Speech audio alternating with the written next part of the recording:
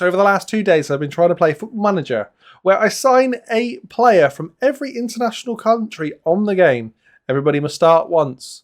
And so far, we're doing okay. We're at Weston Super Mare, and since yesterday's episode, which is on screen as always somewhere, I think it's about there, we have added more nations to it.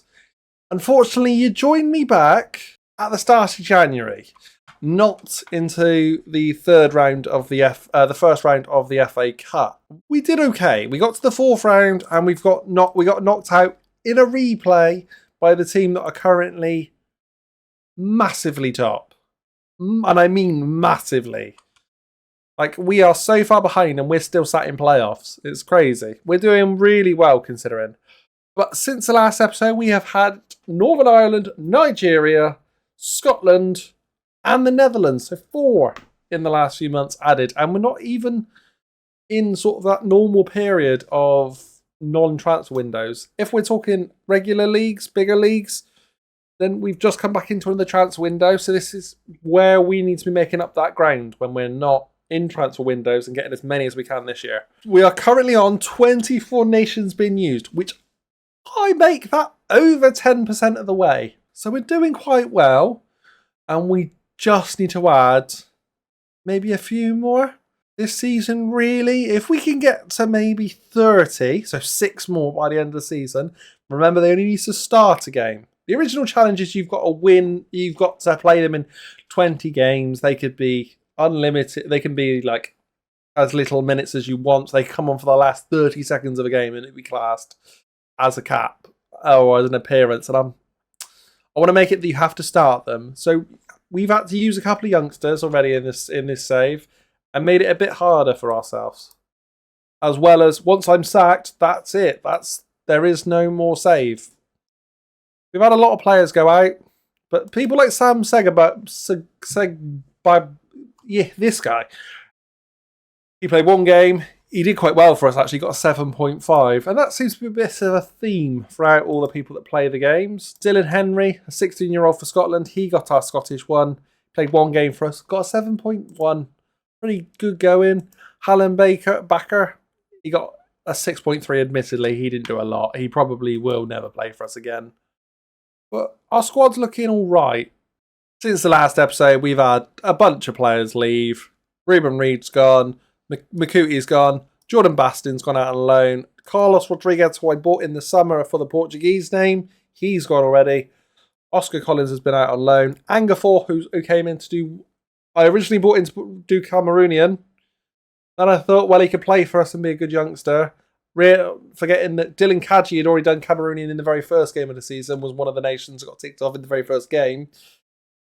So he wasn't required, so he went. And Nathan Smith is leaving today, as well as Dan Smith. This will be their last game. No, it'll be Nathan Smith's last game. Sorry, I've got Nathan Smith. I've got Dan Smith until the 10th of this month. The other good news is, as a Weston fan, Supermax Harris has agreed to join permanently. So if you're a Weston fan, you'll know that is a good omen for the end of the season because he is phenomenal. Like, out of this world's good goalkeeper, nowhere near Vanarama South goalkeeper level. Like, he is at least a League 2 keeper, and Cheltenham, for some reason, keep loaning him back to Weston. But that's huge for me as a Weston fan. He's just an amazing keeper. But obviously, today we've got Chippenham and Chelmsford, and that'll probably do us until, I want to say, the end of the season. We'll see. If we get playoffs, obviously that's where I'll be joining and picking it up next. So as we do with each episode, we will just run through them quickly. So all the nations that are being used so far: England, Wales, Cameroon, Jamaica, Burundi, Cyprus, Democratic Republic of Congo, New Zealand, Portugal, Republic of Ireland, Romania, Slovakia, Spain, the Gambia, Albania, Kosovo, Central African Republic, Dominica, France, Italy, Northern Ireland, Nigeria, Scotland, Netherlands. Yeah, the Gambia is a good one to get out of the way, I think. Burundi, not a bad one. There you go, 1-0.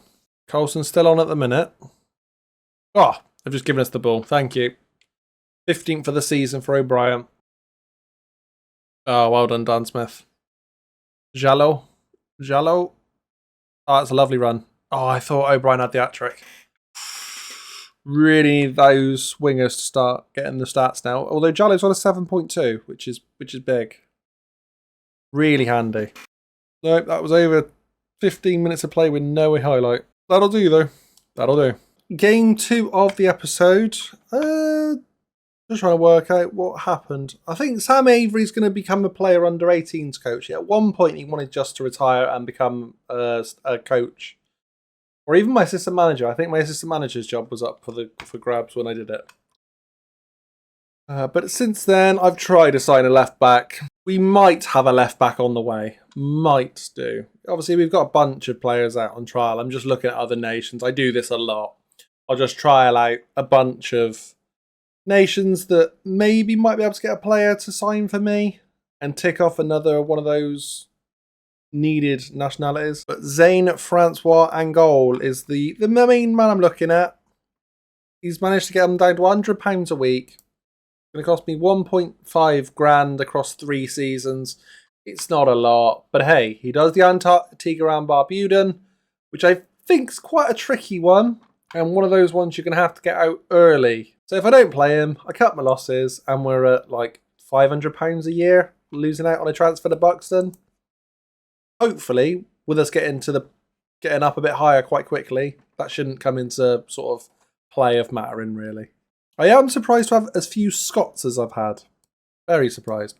I'm guessing that's something to do with Football Manager sort of increasing its ability of you signing sort of Scottish players if you're, say, down in the south of England. I'd imagine maybe if you've got a more northern team, up Newcastle way or something, you'll be more likely to sign Scottish players and less likely to sign Welsh. One would think. One would assume that's a thing. No chances yet against Chelmsford. Said that. There's a chance. Corner knocked away. Nothing to worry about. Although the good news is we've still got it. No, we haven't. We've lost it again. I need to shut up. That's what I've worked out. Well done, Henry.